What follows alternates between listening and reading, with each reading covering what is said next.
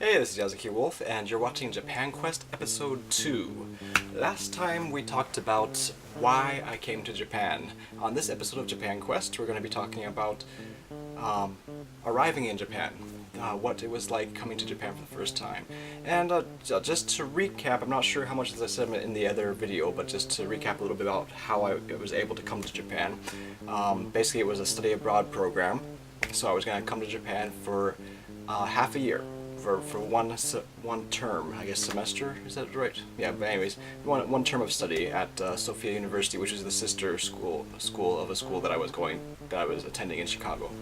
And so luckily I had a history class in Chicago, and I was in charge of talking about Japan. So my history teacher saw that and said that I might be interested in going to Japan. So she let me know about this trip that was available, this study abroad student exchange. I don't think any student came from, well, maybe it was exchange, I don't know. But anyways, yeah, so like this study abroad program to go to Japan. And luckily it worked out where there were some benefits I had there were some benefits I had where I was able to go pretty cheaply. So I borrowed about $10,000, and I went over to Japan to stay there for half a year.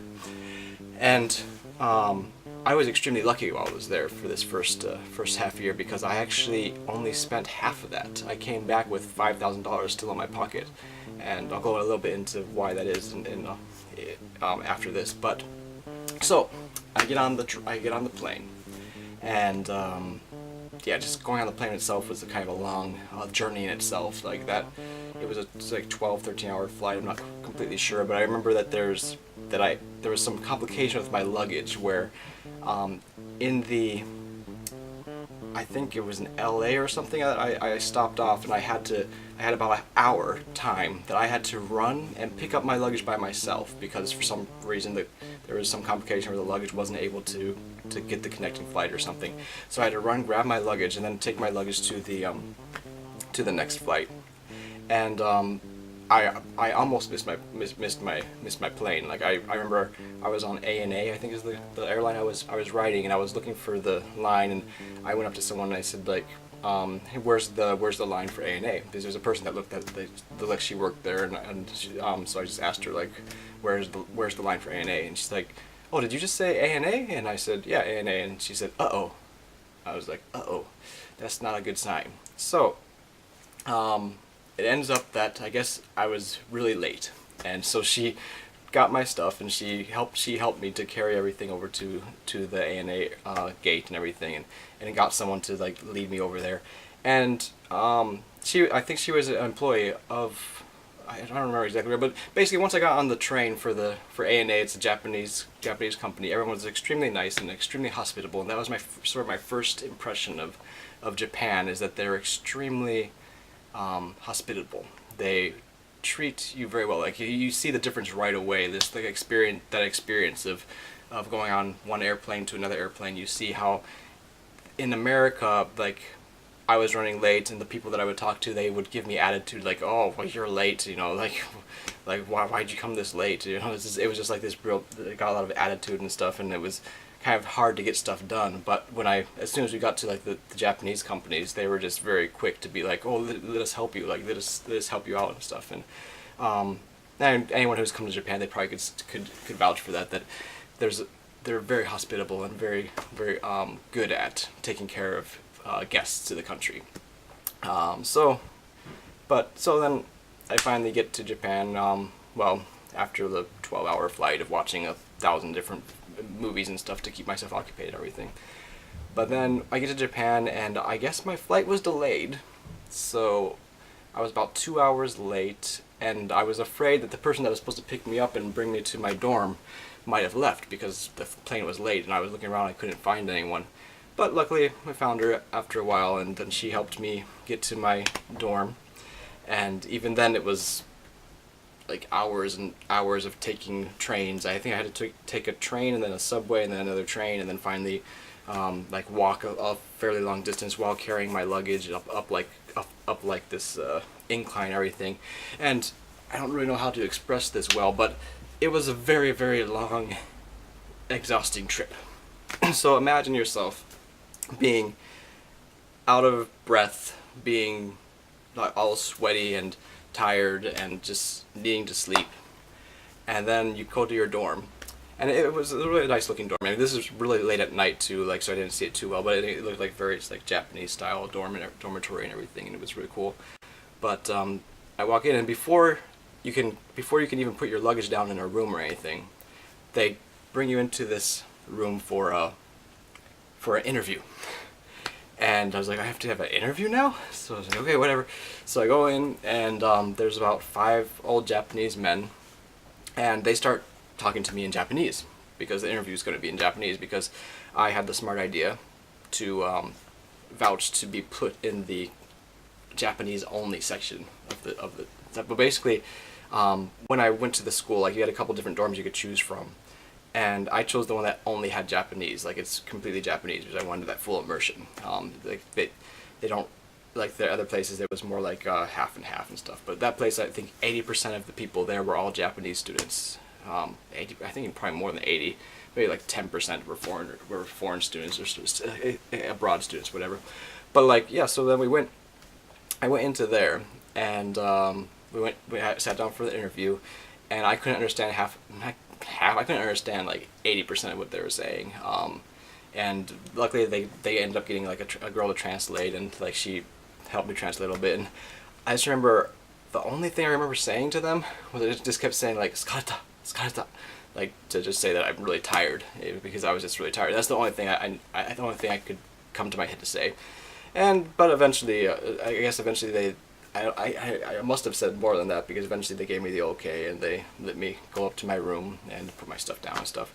And I remember it was kind of interesting the first couple weeks, because the school didn't start for like another like 3 weeks or something. I don't really remember, but at first I was scared to go outside. I don't know why. It was just maybe because I hadn't really gone to other countries on my own before. I mean, I'd gone with my parents and like families before, but never really been to other country on my own.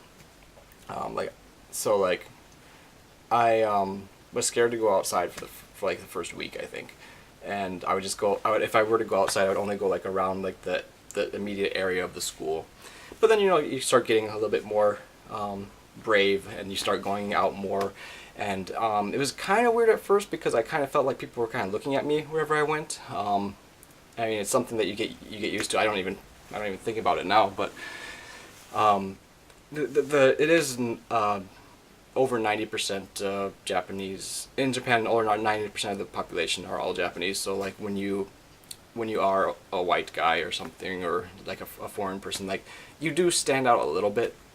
Honestly, I don't know how much I stand out now. Or maybe I just got used to it or something. But I do remember that I had the impression when I was first came to the country that people were kind of staring at me. Maybe it was just my own insecurity. I don't know.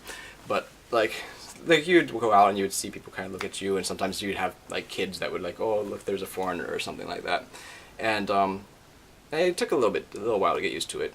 It's really not like they're not being rude. They're just kind of curious, I guess. Like and honestly, in Tokyo, you don't really get it as much. It's more if you go outside of Tokyo to or if you go to like a suburb or somewhere where there really aren't any foreign people, they might kind of give you a double look or something. But so anyway, so then I got used to that, and I was the sakura blossoms, the cherry blossoms were in bloom when I came to Japan.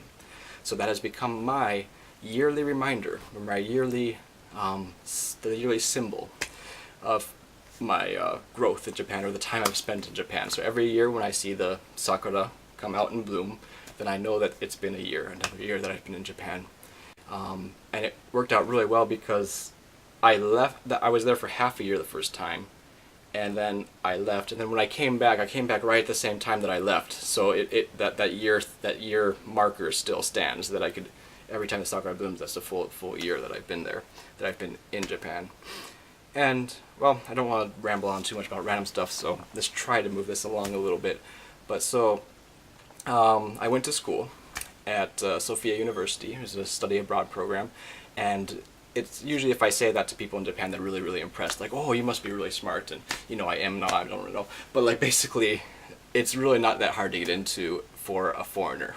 because they're sort of like the thing that they like to boast about their school is that they have a very international student body. So they're very welcoming of foreigners coming into the school. So it really doesn't mean a whole lot that I went to that school, but it is a hard school for Japanese students to get into. So even now, if I say that I studied at Sophia University to a Japanese person, they'll be like, "Wow, that's just really cool," or like, you must be really smart and stuff." And then I have to explain to them that no, it's just that they like having foreigners in their school, so they let us in pretty easy. But that was a pretty good experience. Before I talk too much about the school, though, I want to go back to the dorm, though, because the dorm was a really unique place, and especially since I was just now getting used to the Japanese culture, it's kind of interesting to see that the dorm had its own kind of culture within Japan that's kind of different from the rest of Japan. It was kind of old school, like strict type of. There's a lot of like old school, like strict type rules about it, where like you had to greet a person when you see them. And now just saying that, you probably just think, well, that makes sense. You greet a person when you see them. That's a common courtesy. But you don't quite understand the extent to which they kept this rule. So, for example, if you see someone, you have to say konnichiwa, right? And that's like good evening. And for some strange reason, it always was konnichiwa. Even if it was in the morning, you wouldn't say good morning, you'd say good evening. Even if it was at night, you wouldn't say good night, you'd say good evening. You always say konnichiwa. So no matter what time of day, that was like the rule. And when you part company, you always say "shite shimasu." Let's just say it's like excuse me. And so, and it was kind of interesting because the actual word is like "shitsurei shimasu," but it always gets contracted because people have to say it so much, so it becomes like. So like before I say konnichiwa, right? And maybe some of you study Japanese might know that word, but konnichiwa turns into konnichiwa, or like cha, it just gets smaller and smaller. And like shitei shimasu becomes like shitei shimasu. It all gets like squished together. So like, so remember, whenever you see a person, konnichiwa. Whenever you part company, shitei shimasu.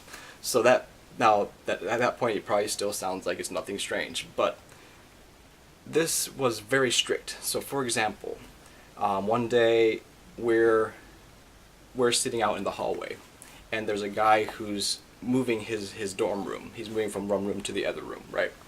So, he's taking all his stuff out from the one room and going to the other room, and he's doing this over and over again repeatedly. So he comes out into the hallway, he says, "Konnichiwa." Then he goes into his new room, and before he enters, he has to say, "shitei shimasu," puts his stuff down, comes back out, "konnichiwa," goes back to the old room, "shitei shimasu," gets his stuff, comes back out, "konnichiwa," goes to the other room, "shitei shimasu."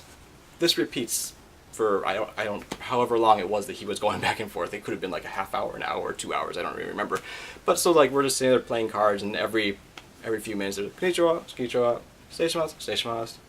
Konnichiwa, konnichiwa, shitei shimasu, shitei shimasu," and just repeats that way.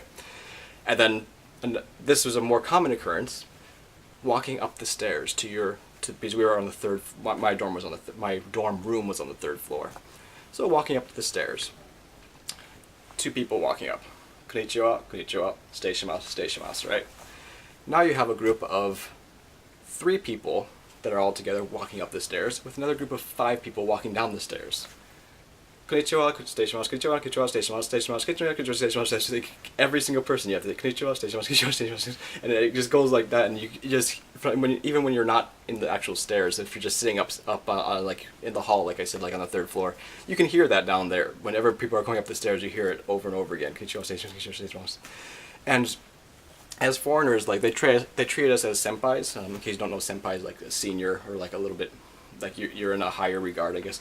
Senpai kohai is like the basic system in Japan, and when you're older, you're a senpai, and the younger is called the kohai. Or if you enter into a company or something, the first person to enter becomes the senpai, and the latter person who enters would become the kohai. Sort of like this relationship, and it's kind of related to how you use your Japanese, if you have to use a polite form or a non-polite form or whatever. But so as foreigners, we for some reason were not seen as kohai. We were kind of outside that system, so we were able to just we had to keep the rules, but we didn't have to go too far with it. We would just say "konnichiwa," Station whatever. But the actual kohai, the actual Japanese students who had just come in, they had to be a little bit more strict. So like the actual kohai, it wasn't okay for them to just say konnichiwa like this. They had to actually like get all rigid and be like konnichiwa. And they have to actually say it as loud as possible, which I'm not gonna do because I live in a place with thin walls. But so they had to be very loud, very like konnichiwa and everything. And so you would hear them, like, even if you were on the third floor, you would hear some like kohai on the first floor, like just yelling his konnichiwa and his deishimasu. And especially there was this period where like the kohai had to go around to every room and like introduce themselves to all the different senpai. It was another strange rule they had.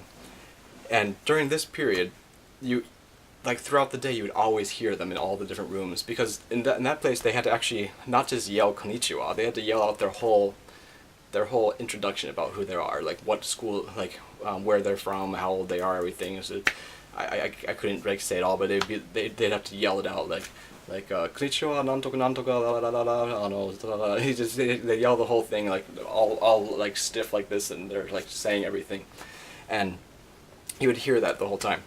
And now this then evolved into something else too, because there was also annual tradition to walk the Yamanote-sen.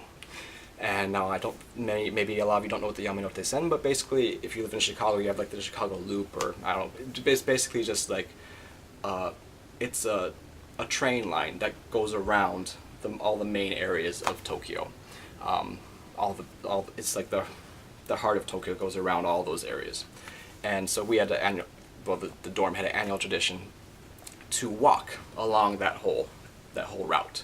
So instead of riding the train, we would walk around that whole route. So basically, we're walking around all the main areas of Tokyo.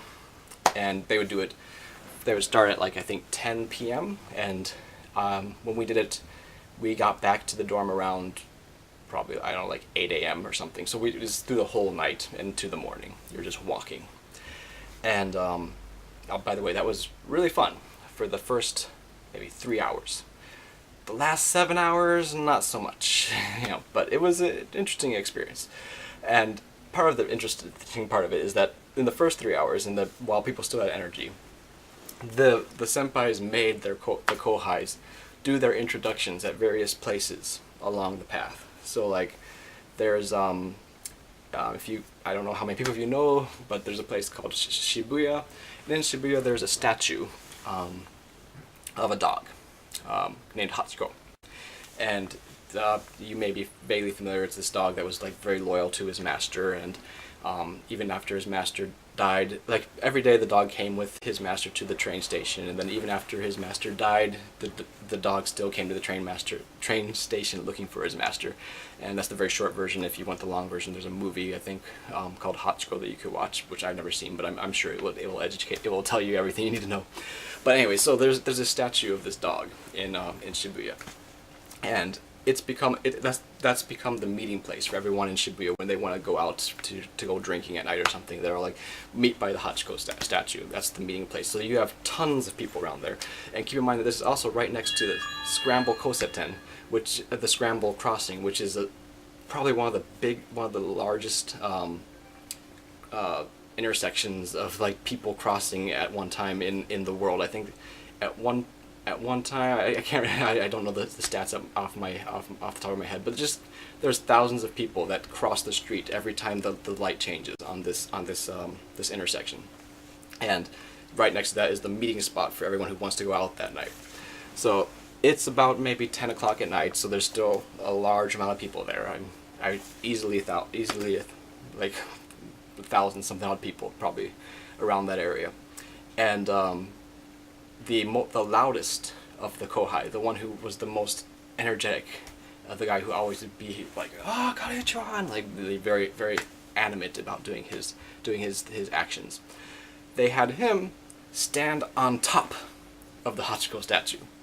Keep in mind, I've never seen anyone do this ever besides that one time, but he stands on top of the statue, and he gives his little thing saying like, I'm whatever my name is from something something school at the Wakejiku something or other, and he like says this whole spiel very loudly. And so when he gets up there, obviously everyone starts to look, and then everyone takes out their phones and they start recording like his whole thing. And then I remember there was actually some other foreign guys there that were like laughing at him, and they looked at me and they're like, "What's up with this guy?" And like, "Oh, he's part of my dorm." Like it's like their thing. I don't know. Just don't ask questions. But so then he did that there, and then they had other people do it. Like one guy, I think he went inside of a fountain and he stood in the middle of this fountain with it like in the water, and just started doing his introduction. And they did that at various places throughout that. And so that was my dorm. I think I'm talked about that way too long. It's already 20 minutes. Crap, I'm gonna have to edit this.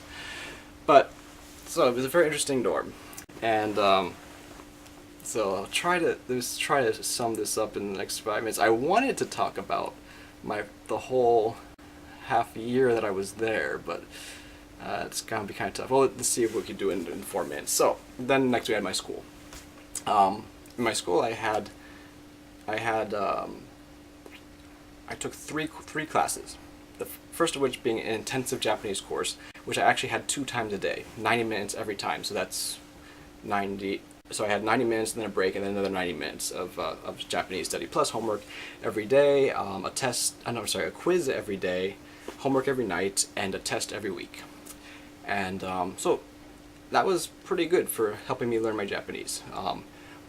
But I will say that they probably took it a little easy on us, because about halfway through the semester I realized that I wasn't improving as much as I wanted to. Basically going out there and meeting Japanese people and trying to talk and speak and everything, the one thought that kept coming up to my brain was I need to study more, because it just wasn't enough. Like I actually studied Japanese for a year before I came to Japan, and if you're thinking, oh, I'm jealous of you for being able to study Japanese, well, I did that on my own. There was no class. There was no classes for studying Japanese. I did that on my own. I just bought a book from the bookstore and just started reading. But the problem is that I never spoke Japanese, and I never really listened to people speak Japanese. So having come to Japan, even though I had a good basis of vocabulary that I had learned, I couldn't pick it up when they were speaking. I couldn't hear it, and I couldn't really say it very well. I could speak okay, I guess. Actually, a lot of people actually thought that my Japanese was a lot better than it was, because I was able to speak a fair amount of words, and I didn't have too bad of an accent. About the accent, I'll talk about that in my next episode, but I'll probably give you some tips about that. But okay, so anyways, so I need to learn Japanese more, and so in addition to having the 90-minute classes twice a day with the quizzes and everything and the homework, I would do my homework in about a half hour, and then I would spend another hour reading this book. Do I have it? Yes, I do. This book, the Dictionary of Basic Japanese Grammar. I read this maybe 3-4 times all the way through. This helped me a lot. It probably depends on your studying style, but for me this really helped a lot. And I'll go more into that in my next episode, I think, because this one's getting a little bit long. So I'm gonna wrap it up here. Basically, so it was an interesting year. Half a year that I was there, and there was a lot of experiences that I'll probably go back into in the future videos when I'm more focused on one specific topic. But I think for my next video, I want to start talking about the language, and probably the biggest thing is I want to make these videos more about my experiences trying to become a mangaka and everything. But the first thing I had to do was I had to tackle the Japanese language, because in Japan, they don't have translators for you as much as you would think. They don't speak English as well as you would think, even though almost everyone studies English to some extent. You can't really do much here without knowing the language. So that was the first thing I had to do. And so my next episode, I think I'd like to talk about how I learned Japanese and what advice I can give you if you're interested in learning Japanese as well. So that'll be my next episode here at JapanQuest, and I may or may not put some other episodes in between there, no promises there, but at least the next JapanQuest series video is going to be about my experience learning Japanese. Okay, that's all for now. Thank you, and see you next time.